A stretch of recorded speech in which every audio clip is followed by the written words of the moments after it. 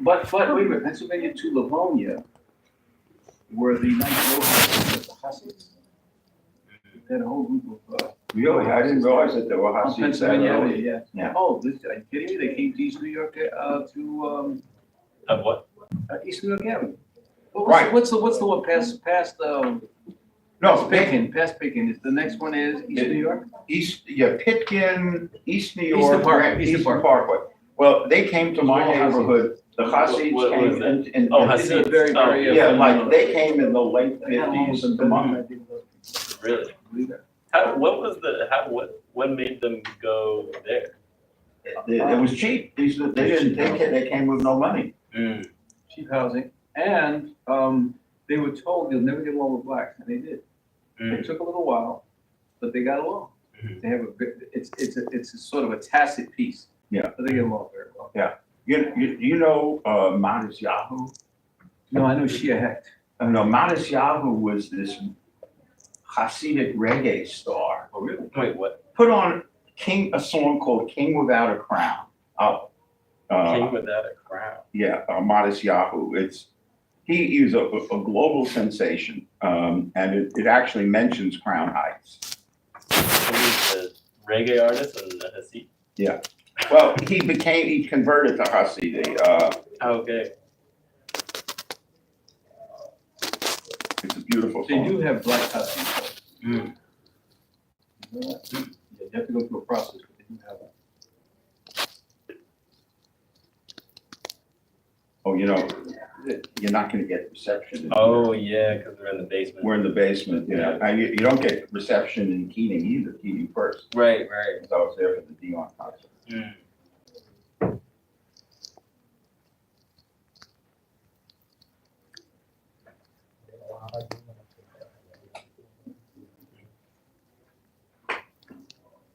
So we should start at 4:30 sharp. So Mhm. Yeah.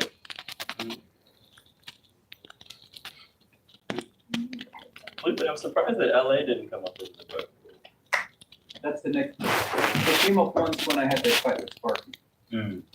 you know, but still my cousin, Right. and I go after him. Mhm. Let's do it that comes up. I'll do it again. Because LA was before, right? Or was it after? LA was before I got popped. I think that my author, my editor didn't want to get too much there.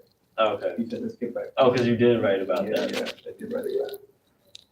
Because I just remember when we were having the talk, you were talking about like the meritocracy of it. Yeah, I thought.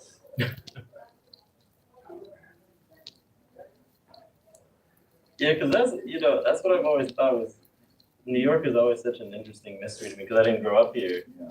But like the most similar big city that I have to Phoenix is like LA. There's aspects of it that I like LA. LA is nothing like New York. Yeah, no, It's like, it couldn't be more different. it couldn't be more different. LA is, You know. I loved it. Yeah. I saw trees, I was in Hollenbeck.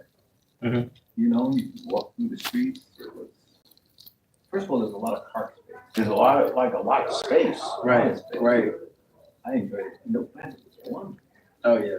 Oh, man. Yeah, there's something about LA that's very like it just mellows you out, but it has its own. It's like it is different than New York, but it has so many of the same like issues. It had a lot of New Yorkers there, that's what it is. Yeah. Well, like my sister, she's Yeah. out Your there. sister's there now? Yeah, she's loving it out there. She's up in Laurel Canyon. She's like, loving it. Old Canyon is a very famous place. Yeah, she's up in. Is she still doing architecture stuff? or- Get this doctor, and she's building a museum for the Ponca Nation in Nebraska. Yeah. That's beyond cool. Say hello to her for me. Oh, She's really cool. I will. And the cool thing about the museum is it's in the memory of Standing Bear, who was the first indigenous person to take the U.S. government to trial and win. Hmm. So and he walked from Nebraska all the way to D.C.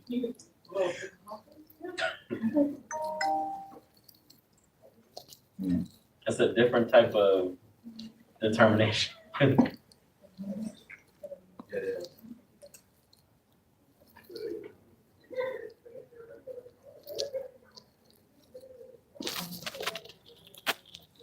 But yeah, she's loving it out there. But it's funny, all the New Yorkers that I meet that are out in LA, they still move like they're in New York.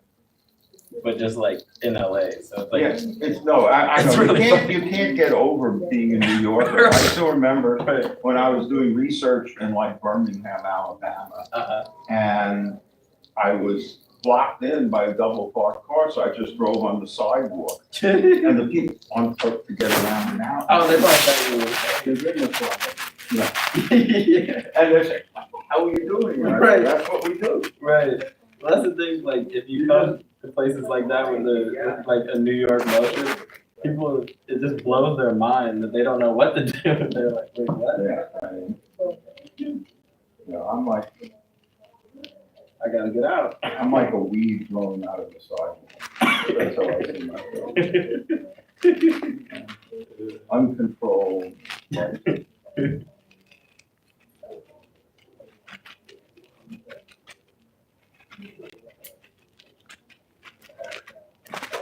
Look at that. I want them up there and students never come on. Yeah. Sure. I don't think anybody comes on time to anything. Oh, yeah.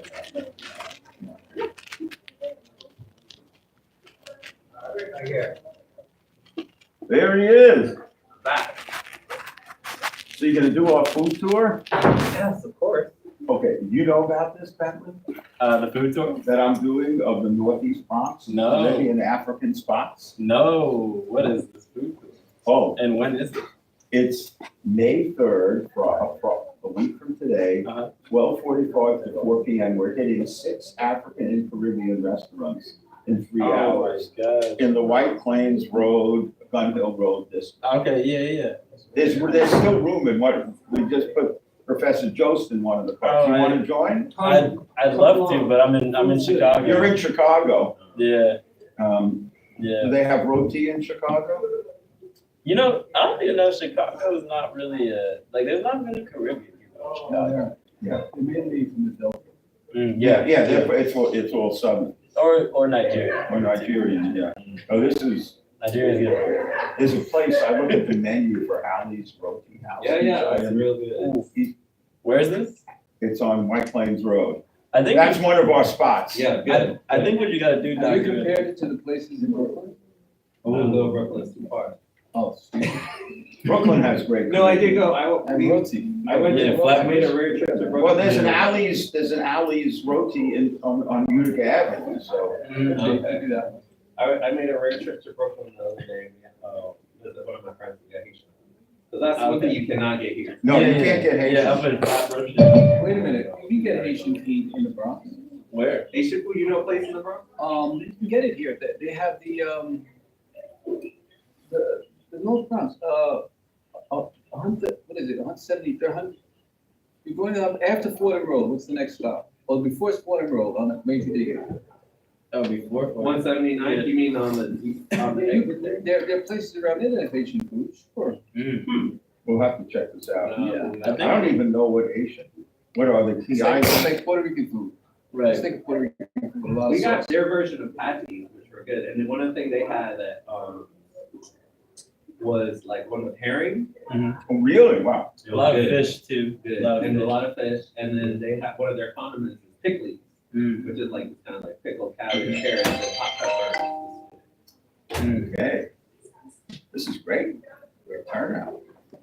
Yeah, Dr. John, I think you gotta publish, I think we need you to do a food blog.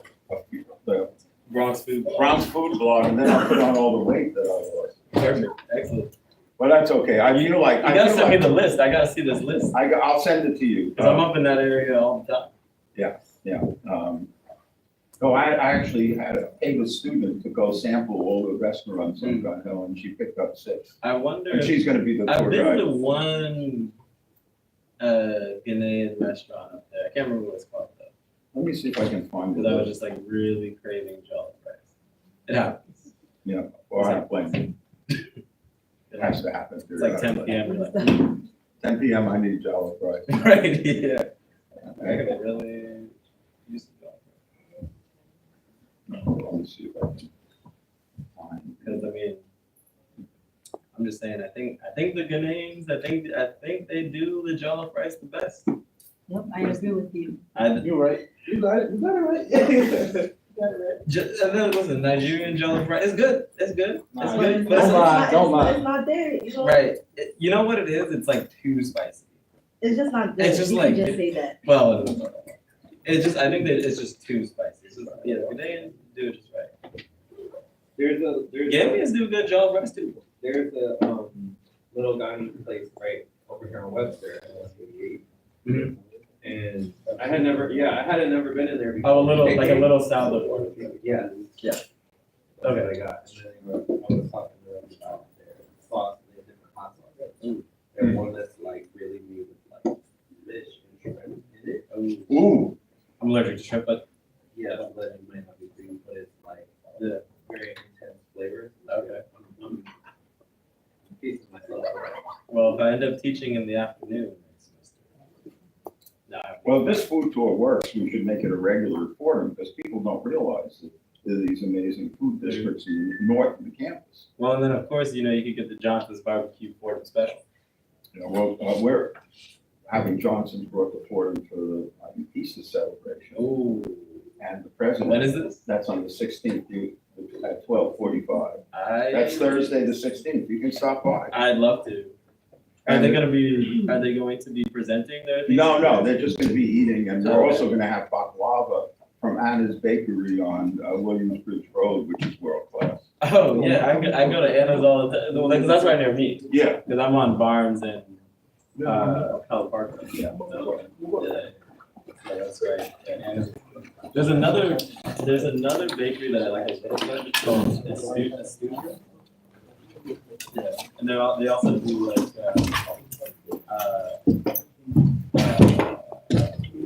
like eco-friendly kind of like soaps and all that. Oh, you guys doing with the lights? You going to dinner? Stuff like Brian? that. Sorry? Lighting has to be. Yeah, well, lighting, yes, but yeah.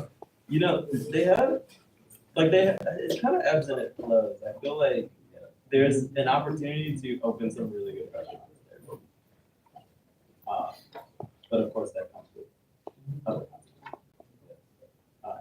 which is already starting to happen, I think, I online. think there's a Jamaican place on White Plains Road we're going to called Frank's. Does anybody know that? Oh, well, you gotta go to Lash. Lash is like, Lash chicken and waffles? Yeah, but that's not on White Plains Road or Brumville. It's That's on Burke, yeah. it's on Burke. I've been there, chicken and waffles, yeah. Yeah, I love that spot. I got to know about chicken and waffles, a very famous Harlem gangster named Felipe Johnson, who died eating that. He died eating chicken and waffles. Frank's soup bowl? Yeah, Frank's Soup Bowl on Gun Hill Road. Hey, Sri. It's on Bronxwood. Bronxwood, okay. How you doing? Good, how are you? What? Good. The last one. The last one.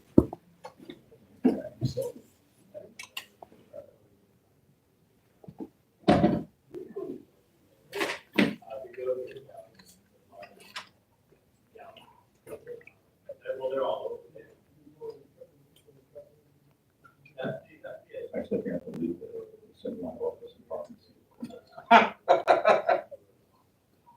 Yes. The problem is, so many of the people who know the significance of that have passed away. I mean, I realize, a lot of people from October are no longer with us. Even those who are contemporaries of ours do not understand this.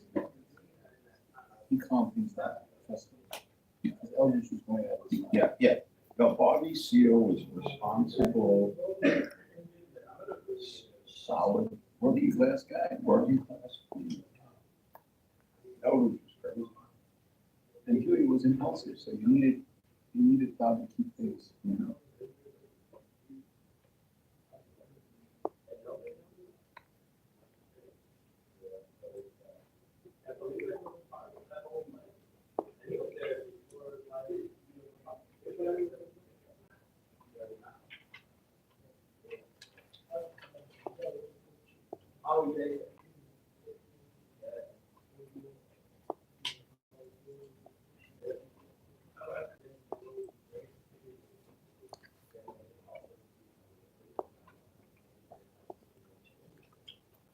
Who's interested? Michael was gonna introduce all of us, and then I have no idea.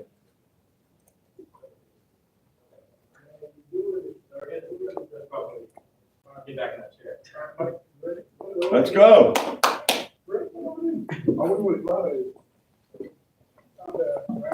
There are a couple, she is. There are a couple folks that are on their way. Right now, Yeah, but it doesn't matter, we gotta start. we're at 4:30.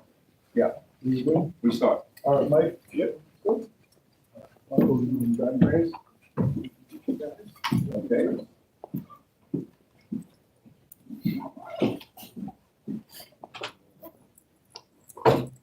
Hello, everyone. Can you hear me? Yes. Yes. Are you here? Yes. Welcome. Well, good afternoon, everyone, and welcome to our book discussion. Felipe Luciano just published memoir, Flesh and Spirit, Confessions of a Young Lord. Let me begin by thanking the co-sponsors of our event today, very important. And they are Ms. Camille Dean, who is unable to be with us today, and the Office of the Chief Diversity Office of the University, Dr. Mark Dason, and the Bronx African American History Project, and Dr. Ronaldo Alba and CSTEP. Thank you again, Ms. Dean, Dr. Nason, Dr. Alba, for your leadership in putting together this event. Our moderators for this afternoon are Dr.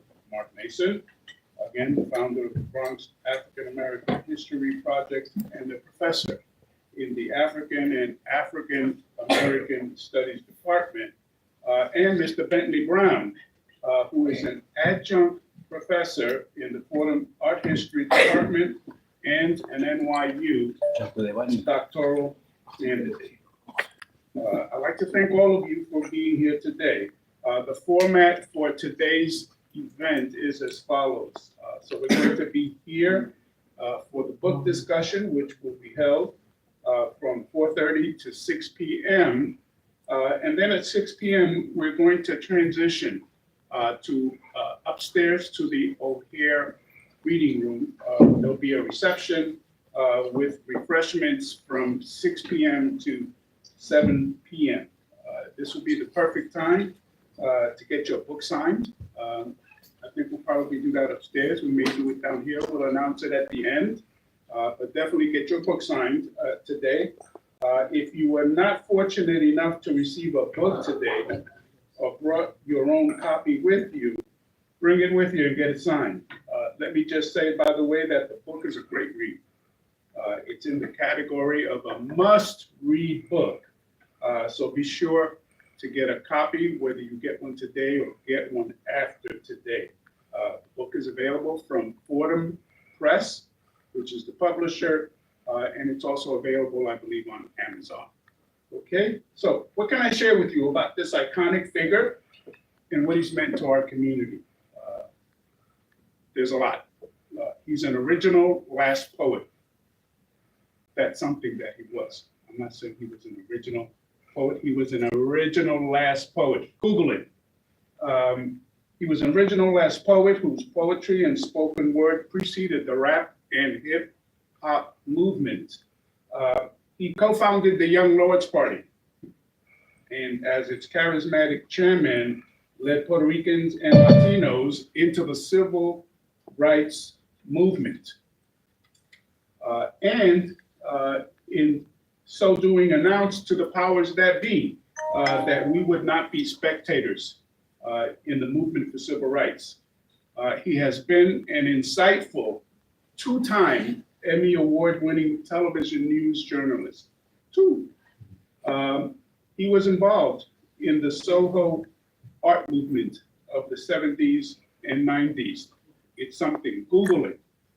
Art Soho movement of the 70s and 90s. He worked closely with artists like the internationally renowned African-American artist Frederick Brown. And finally, he is a musicologist who introduced his listeners to Latin jazz, mambo, also known as salsa, and Afro-Cuban music. He shared the history of the music, the backgrounds of the musicians, many whom he knew personally. So Felipe, when he gets back, thank you for making us proud, and thank you for standing up for us. So I want to give him a big round of applause when he gets back. And then I want to turn things over. In fact, I'm going to turn things over right now to Dr. Mark Nason and Mr. Bentley Brown. And we'll get going in a second. Hi, I'm Mark Nason. I'm a professor at Fordham. I've been here 53 years, and I remember the Young Lords, and I remember the Last Poets. Felipe Luciano was a transformative figure in New York City history and in the history of political activism in the United States. At a time when there was this upheaval of consciousness that was sweeping through African American and Latino communities, Felipe Luciano gave it a political direction through an organization that followed in the footsteps of the Black Panther Party in fighting for the rights of Puerto Ricans in New York City in relation to powerful bureaucracies that were shortchanging them wherever they looked, whether it was schools, sanitation, police, housing. But also, he was a poet who helped launch a movement where spoken word would eventually become the basis of a musical and cultural revolution that would sweep the world. And I was lucky enough to see the first versions of this book when Felipe was writing it. And I'm an author, but I'm not a poet. I'm a historian. And to read history through the eyes of somebody who writes poetically is such a thrill. This book will bring to life things that may seem familiar in language that is going to send chills through you.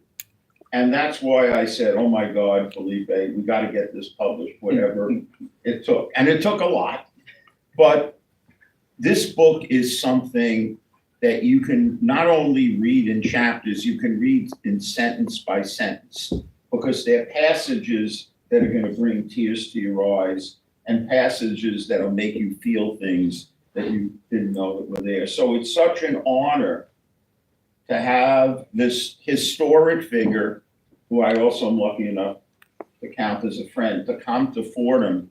So you'll read his book, but you'll also hear his poetry and his prophetic vision. So thank you so much for joining us. Thank you. Thank you.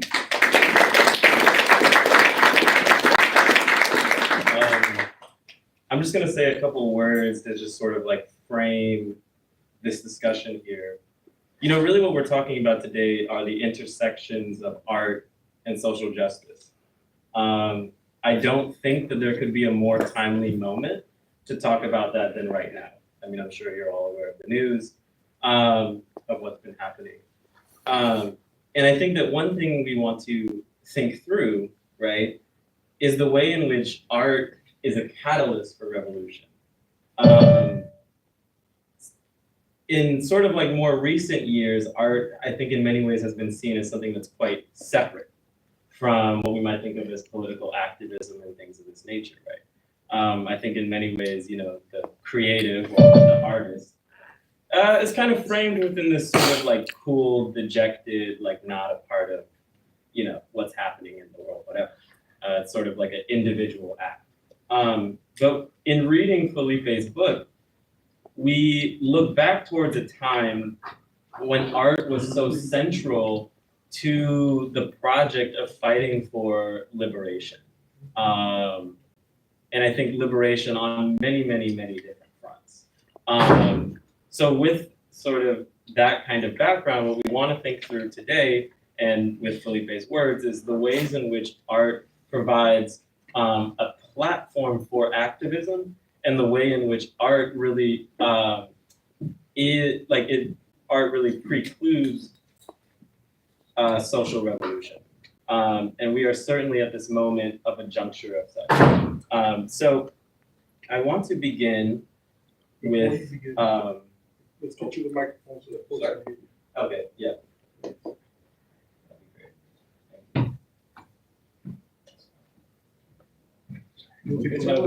Look, I had this one, but I'd rather have that. Yeah, please take yours off. Yeah. So that we can get it on. Yeah, take this. Yeah, I don't need a microphone anyway, I'm used to. On strike, shut it down. He loves to project. I don't need it. take this I think it's more for the Zoom people. You wanna take this off? You know what, I think, do we need this for the Zoom? Sorry, one moment.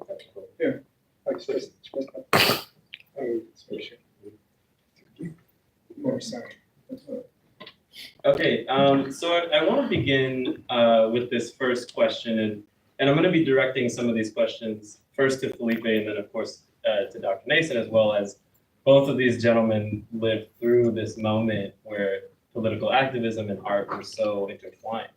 So the first question is, in reading through the book, music is so central to the way in which you tell the story. Why is that? Why is the music so foregrounded in this book? And it also seems to me that the music that you often are referring to is the music of the 1950s and the early 60s. Why is that the case? Okay, can you hear me? You hear me? I can't hear myself. But they can hear you. Okay, look. If you were raised in New York City in the 1950s, you would know that doo-wop was the law of the land. It's what you danced to, it's what you made love to, it was how you met your girlfriends, and so was Latin music. There was a guy named Frankie Lyman who had a group called the Teenagers that took the world by storm. And we were crazy about it. Jackie Wilson was a name you might not remember, but who was an incredibly adept artist before Prince, before Michael Jackson. Tito Puente, the king of Latin music. I mean, people would go down to 53rd Street and Broadway, your grandparents, your parents, and would dance the night away. This is the time that Puerto Ricans were beginning to come here and were being oppressed by the work conditions. They were human pack mules at that time in the 50s. Puerto Rico was going through a really rough time. There was Machito, who came from Cuba and absolutely revolutionized the Latin music world and combined it with jazz. In fact, his musical director, a guy named Mario Bausa, put together Dizzy Gillespie and Chano Pozo.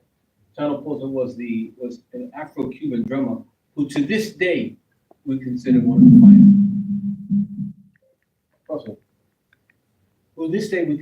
the finest.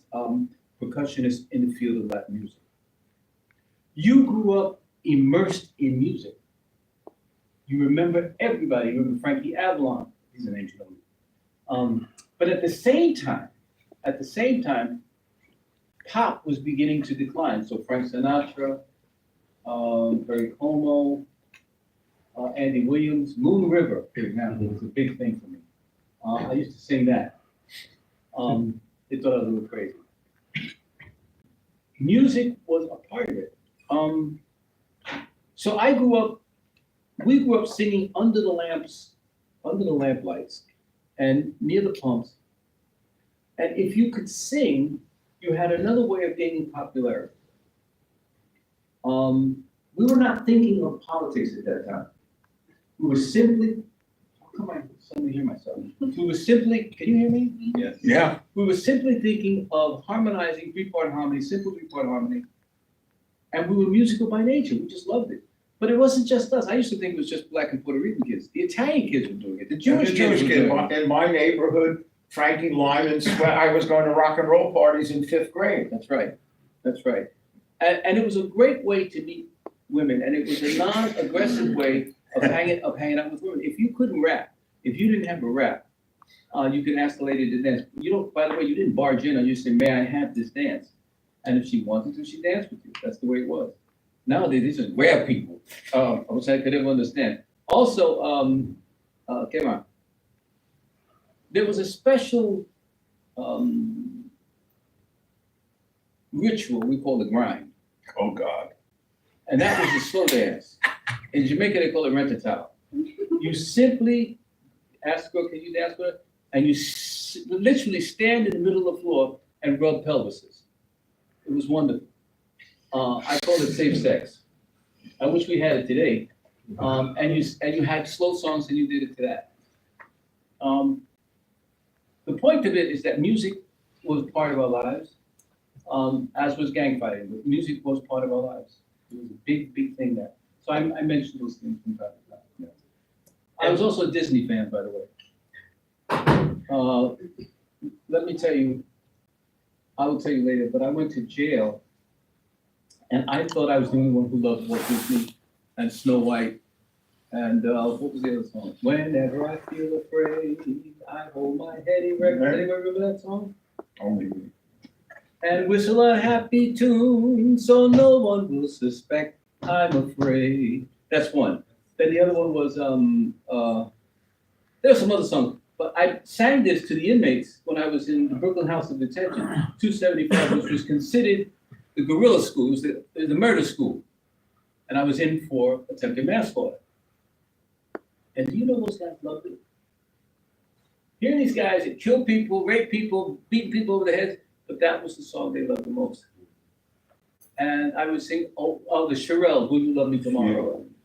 Will you still love me? So I learned to humanize. I learned that these guys were human, that they were missing their mothers and fathers as much as, and girlfriends as much as I was, and that they were putting on a front, but they were kids. That's what long and short of it was. And it seems to me that such a crucial part of this book is the bridges that you created across communities, right? And the way in which there's sort of this moment where you have to, where it seems as though maybe you have to choose between Black liberation and Puerto Rican liberation, but it seems as though your intervention within that space is that these are one and the same. Can you tell us a bit about why you believe that to be, and where maybe we have space for these type of bridges today? In other words, does it take all of us in order to achieve liberation? Well, I first of all believe in individual human agency. I think everyone in this room has the ability to change this city, to change his or her community, to change the buildings they live in, to change the apartments. You have to feel that. Because if you feel just anonymous and feel like you're floating in a sea of nothingness, nothing is going to change. So I believed always that I could change things, that I was special. In fact, Black women would come up to my mother and say, he's special. And it meant that they thought I was cute, but they thought I was smart. But I think all of you are cute and smart. If you're going to Fordham and you're here, it's because God has a mission for you. Don't kid yourself. My mother, a Black Puerto Rican, and my father, both Black Puerto Ricans, were very strong, my mother especially, on being with Black people. In those days, when Puerto Ricans came here, and Latinos came here, but particularly Puerto Ricans, their things with that the cocolos, the molletos, the Blacks, were criminals, and that they were people to be avoided because they were getting into so much trouble. They didn't understand that they were coming right at the period of civil rights movement, and that people were coming up here. So they felt, because of their weird color stratified society, that if you're Black, you're lesser on the social scale than if you're lighter skinned. In fact, we have a song about it called Negro Bombón, Negro Bombón. We talk about Blacks and how they are to be avoided, and how you should be embarrassed about your Blackness. Remember that, I don't want to go too much into this. The Spaniards instituted a system, it's insidious, but it's ubiquitous, it's insidious, that if you have one drop of Black blood in you, no, the English said that. If you have one drop of Black blood in you, you're Black. Now imagine how that causes problems for Puerto Ricans, where if you have one black Puerto Rican, it's no big thing. If you have one, now the Puerto Ricans on the other hand were taught by the Spanish, if you have one drop of white blood in you, you're what? Oh, I love this audience. If you have one drop of white blood in you, you're white. It doesn't matter how blue you are, no matter how black you are. And that caused problems because when my grandfather came here, who's dark, and they told him he was black, he said, kill me, kill me. I know black. And he meant it. And because he could box, he could, he could defend himself. But black people tell him, are you, Negro, are you crazy? You are black. He said, no. And he would tell me, why are you hanging out with those people? But when you're growing up on the streets of New York, you have it's not even a choice. I love these guys. Remember, in New York, the core of the Southern groups that came up were Virginia, South Carolina, North Carolina. That was it. And I particularly got along with South Carolina because they ate rice. So I was cool with that. I'd have a ball. And they fed me. I get emotional about this because they fed me. I was on welfare. My mother was a single mother. She was on welfare. She was Pentecostal. And we rarely had food to eat. So I would go to my boy's house, Parnell, and stand by the door and wait until about 5:30. And I mean, wait. And then knock on the door. And she said, is that you, Philip? And I'd say, yes, ma'am. She said, come on in here, boy. I know you're hungry. So she already knew that I was starved, that she would let me come in. She said, your lips are white, your breath is bad. It means you haven't eaten. May she be in heaven right now. I grew up with black folk. I grew up with black folk who were honorable, who were regal, who were honest and loyal. I grew up with Puerto Ricans who were honorable, regal, and loyal, and who loved family. The one thing that distinguished the Puerto Rican community was their love for family, and to this day it does.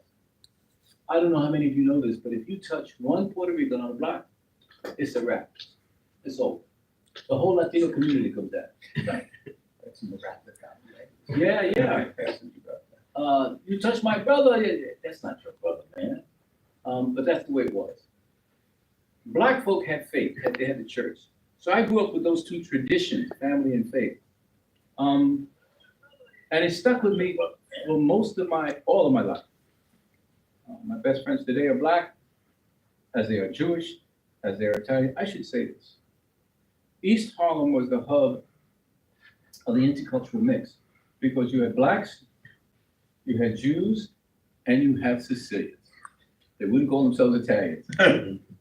And I fell in love with all of those cultures, but particularly with the black ones. And to this day, I've learned a lot. So I think the next important thing to sort of talk about in terms of this book is the element of art, right? Which to me in this book sort of begins with East Wind, which was an early law that brought together poetry, art, activism. And then of course you make your way to Soho. Yes. Right? So what did you learn about the role of art in activism? I didn't see any formal scholarly connection to it. It was visceral for me. Understand that in 1964, I was 16, but I was into jazz. And John Coltrane had just recorded A Love Supreme.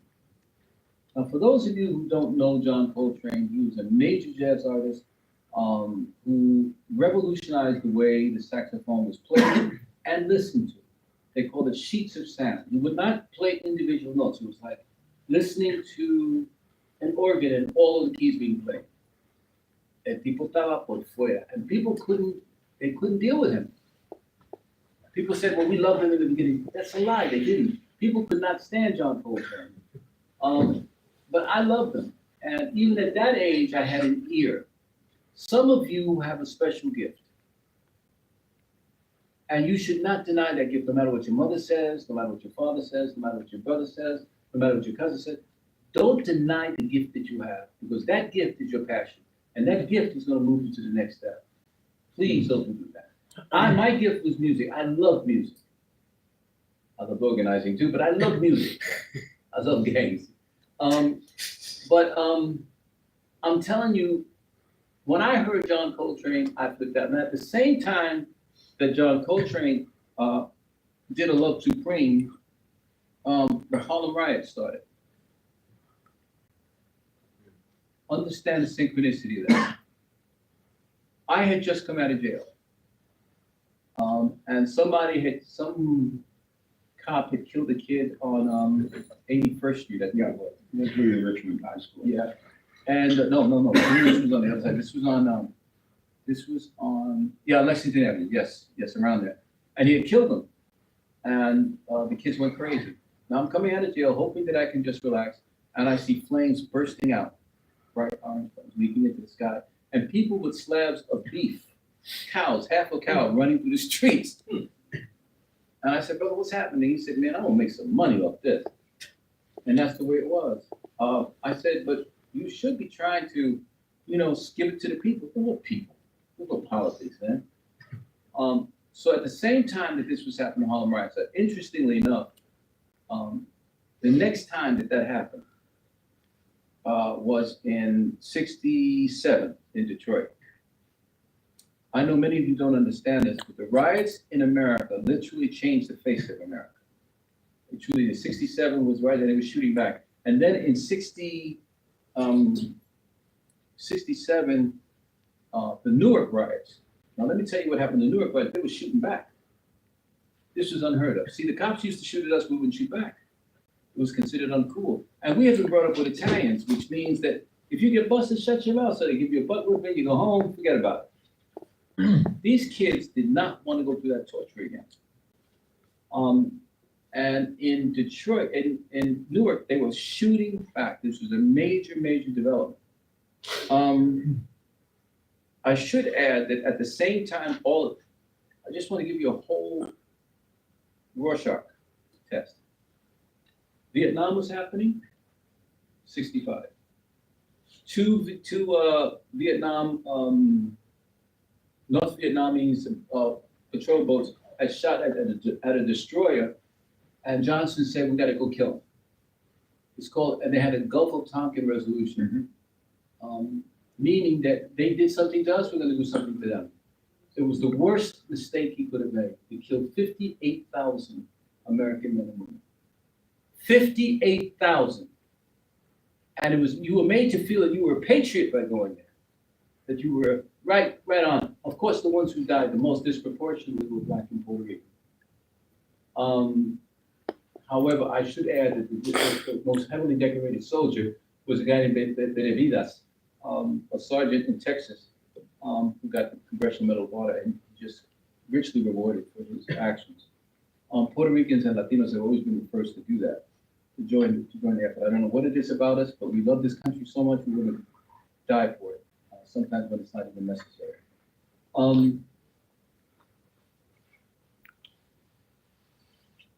With the Vietnam War as the ubiquitous center of everything we did, we started to protest. And I was one of the few Black guys. Now this is a strange thing, because in my culture, in Puerto Rican culture, you don't say you're a Black Puerto Rican, you just say you're Puerto Rican. But I always say, I preface it by using the adjective Black, because I don't want any Puerto Rican going around saying, oh, I'm Puerto Rican and I don't have to deal with color. I've got to deal with color, and I make it clear. I'm a Black man. My father's Africa, my mother's Puerto Rico. That's the way it is. All these boats that came from Ghana and Mali and Nigeria and Gambia all came along the same route and ended up in different places, mainly the Caribbean. Most of the Black folk ended up in Brazil. Most of them ended up in Cuba. And a lot of them ended up in Puerto Rico. 500,000 ended up in the United States. Tiny portion. But sometimes Black folk here think that they the ones. You're not. There are loads of Black folk all over the world. Now they've joined other cultures. So, we like to, we kept it pure. Stop this. We're keeping ourselves from setting up relationships with other people. particularly Native Americans. Particularly Native. We joined Native Americans in Florida and we beat Jackson's forces. The Florida Seminoles never gave up their land. 95% of all black people in this country have Native American blood in them. And it's not only the ones with good hair. Got a lot of it. But I'm trying to get back to my point. There was, what was that word right there? Art and activism. Huh? The role of art in activism. Let's stay with that. Yeah. I always believe that a revolution without art is a revolution void of compassion, void of morality.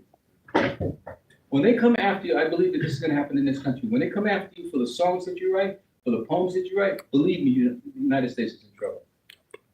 What I'm afraid of in this country right now is that when the blonde boy gets in, or the orange boy, if he gets in, we're not going to have an art stimulus here. We're not going to have it. We're going to have a backward move toward the Ice Age. And I'm not mad at him. I don't hate him. I just think he's the wrong man for the job, and I think something's wrong with him too, mentally. But that's besides the point. There are people that he's hurting, his own, that are voting for him, including people in my family. Art, the reason art is important for revolution is because it redefines history. It says, here's where we're going. Here's what it's all about. And so you have to take a step back and say, is that true? Is that what happened? It does. Now you got to look at history from another perspective, aesthetically. You have to look at it poetically. You have to look at it from a literary point of view. That's what art does. It makes you, wait a minute, I don't think that's the way it is. And that's the beauty of art. It makes you think. It makes you critical, think of whether you want to be one or not. Also, if you are sensitive, if you're a sensitive soul, art makes you cry. Art pushes you to feel. And when you're involved in politics, it's very important that you feel, because sometimes we get into the I'm the only one right syndrome. So I've seen many, many leftist movements go awry because they were not artists. And the young ones, I say, if you can't dance, if you can't move your ass, I don't want you in this party. Si tú no puedes bailar, I don't need you around. I need people who love to dance, who can dance to Prince, who can dance to Michael, who can do it. It's the thing to look what Beyonce did. You think Beyonce stood around and waited for people to say she was black or that she couldn't do country western? She went up and did it. And she's knocking them dead. I'm not crazy about it, but that's not the point. The point is she's moving out. She's moving out on her own. Who cares? So another thing that I wanted to touch on is, okay, there's this moment in the book where you come out of this major kind of political struggle. Things start to change in the Young Lords, and then you make your way to Soho and to this artist community. Now, of course, oddly enough, both you and Dr. Nason here happen to be in the same place at the same time, doing different things, but same place and same time. If you could maybe both respond to this, how was that movement important for this kind of trajectory of political activism and liberation? They're both very different. One comes after the other, right? But the way that you talk about it, Felipe, it seems as though it was also a necessary step for the next part. So what was it about Soho that made it so significant for your journey? It was the same thing that made me fall in love with the East Village. I'm a Black Puerto Rican kid going to the village, and I'm seeing interracial couples. I had never seen that before. I saw the most beautiful white girls with some of the darkest guys. I said, how's that? Puerto Ricans have problems with that. You don't go out with a dark guy because he's going to ruin the race. They said, he's going to destroy it. Mejorar la raza. They said, you got to marry a white guy because, or a lighter skinned person, porque entonces tú puedes mejorar la raza. Your kids will have decent hair. I mean, Puerto Ricans are ridiculous with this stuff. But I saw black guys with white women, and I said, and they were fine. I said, I think I want to be about this. And Soho, and some of the artists, and here's what the thing about it, there were also the hippies there, who had a whole different perspective of art and permissiveness. There was accountability, but there was also a tremendous tolerance for behavior that was not considered cool. I met your father, who, when I went into the loft, he had a 5,000 square foot loft. Folks, listen to this. His father had a 5,000, that's triple. Behind you. There you go. Is that me there? That's you in the far corner. Right. 5,000 square feet of space. I come from a project apartment where you had to squeeze in with your brother. It was difficult. We rode bikes in his loft. And he, when he painted, he didn't paint representational figures. He painted stick figures. I didn't understand it. It was like a baby. And basically, all art is going back to the earth. All is about going back to the moon. All of it. I believe all avant-garde art is like that. We became fast friends because we would talk about the Bible, we would talk about color, we would talk. His father did not want to be seen as a black artist. He wanted to be seen as an American artist. I understand it now, but I didn't understand it then. And we became fast friends. And we started, or actually he did, started a movement called the Soho Art Movement. Today it's considered avant-garde. I was the only Puerto Rican in it. Now imagine, I'm coming from Tito Puente, from James Brown, from, Jackie Wilson, and I'm meeting a guy called Ornette Coleman, whose music is unbelievably space-like. That's all I can say. This is the way he would play. But I loved it. I got into it real heavy. I don't know, maybe I had an ear for it. But I've been loving Ornette since I was 12. Long story short, his father and I became brothers. We became very close. This was before he was born, before his sister was born. All of the major artists of the time would come to his loft, and the major thinkers of the time. Art attracts thinkers, it always does. Because if you see abstract art, you can't just say, oh, that's cute. You gotta, why is he doing that? Has anyone ever seen Jackson Pollock? How many people know about Jackson Pollock? I would suggest that everyone here who has not raised his hand goes to Jackson Pollock at the Met. He died a little while ago, but he was born in Wyoming, and I'm positive that he had Native American blood because he was raised in Wyoming, but he was an incredible artist. Picasso was an incredible artist.